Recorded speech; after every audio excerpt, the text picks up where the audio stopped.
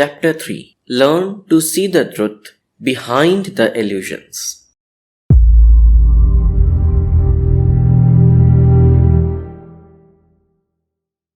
God has bestowed the highest level of consciousness and emotional stimulus to human being on account of coordination of his physical and mental capacities. He is rightly considered as the most competent living being on this earth.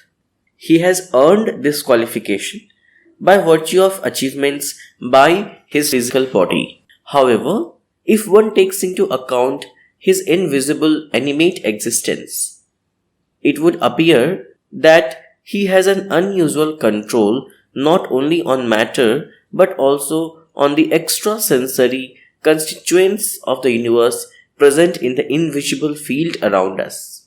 In this way, man has an access to both visible and invisible constituents of the universe.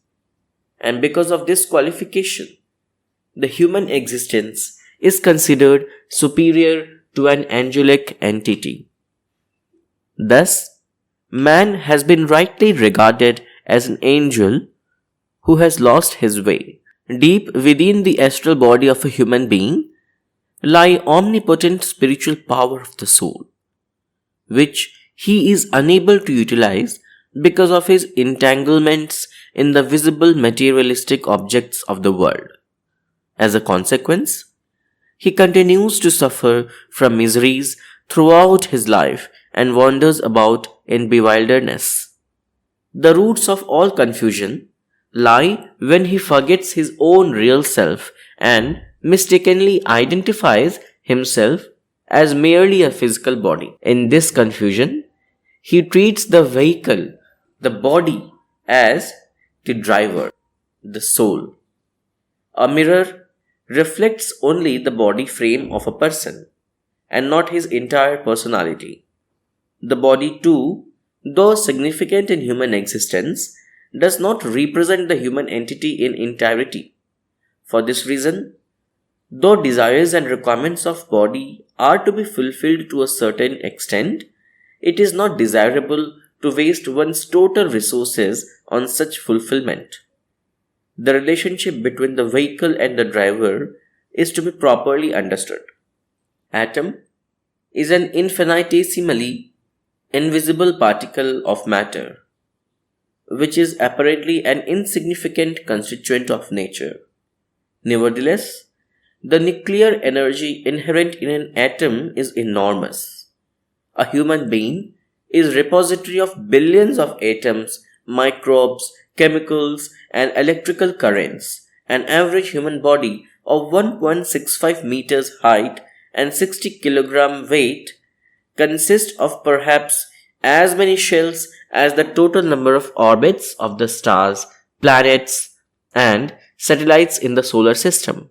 Thus, the total magnitude of power within the human system is beyond imagination. With this inherent power, he is capable of managing the natural resource of the earth in entirety. Notwithstanding its smaller form and incompetency, a human being is comparable to God. For this very reason, divinity has always manifested itself on this earth in human form. Angels, devata, may or may not exist in heaven. Angel-like men and women who have been taking birth on this earth. They have appeared as superhumans and messengers of God. As angels, devata, the superhuman have been found engaged in creation, and as devils, rakshasas, in destruction. In either case, they are known to have surpassed all limits. When man forgets his true identity, he begins to behave as a representative of devil, rakshas. The moment this self-realization dawns on him, he understands his true identity and capabilities, and nothing on this earth can prevent him from climbing the peaks of excellence and become great divine Superman. Everyone on this earth creates an environment for himself with his own willful perception and outlook. One is at liberty to wear colored glasses and see the world around him in the color of his choice. Similarly, one may close his eyes to surround oneself with darkness or plug the ears for total silence. Likewise, heaven, swarg, or hell, nark, are merely perceptual illusions which human beings continue to create or modify according to their will. All matter comprising of this earth and its objects is inert. There is nothing good or bad in it. The only attributes of matter are size and shape. Happiness and unhappiness associated with objects are because of one's own perception.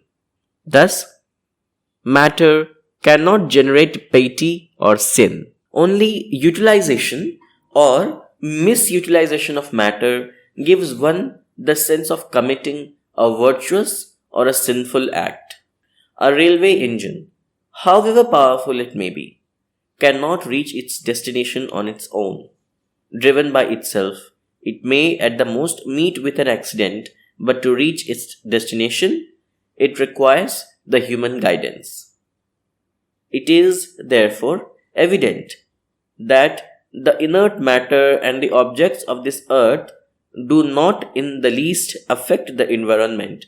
It is the human being, the direct manifestation of bioenergy of the universe, which is fully responsible for creating each and every type of environment. It is thus imperative that for shaping the future in accordance with our requirements, it is desirable to take a stock of the factual position and generate mass thinking accordingly. Physical requirements of man have hardly changed through the ages, but society is known to have been more prosperous and happier earlier Satyug than it is today. This is because there has been a major change in man's thought and behavior. Man not only makes his own destiny, he even plans and influences mass thinking, social activity, and mass movements according to his wishes. Our objective here is not to water the withered leaves, but to provide nutrients to the roots. A question arises: what is required for a happy and prosperous future? There is one and only one answer: change the perspective. One may feel satisfied in giving shape to a variety of plans and arranging logistics for their implementations to usher in a bright future. The planners are, in fact, ever busy in finding ways for human prosperity. Nevertheless, their efforts hardly mean anything more than moving pieces on chessboard. The winner of the game always turns out to be the person with greater mental analytical capacity, though for no reason whatsoever the pieces on the chessboard get the credit or discredit for the outcome of the game. A shallow thinker lays total emphasis on visuals, material substances and events.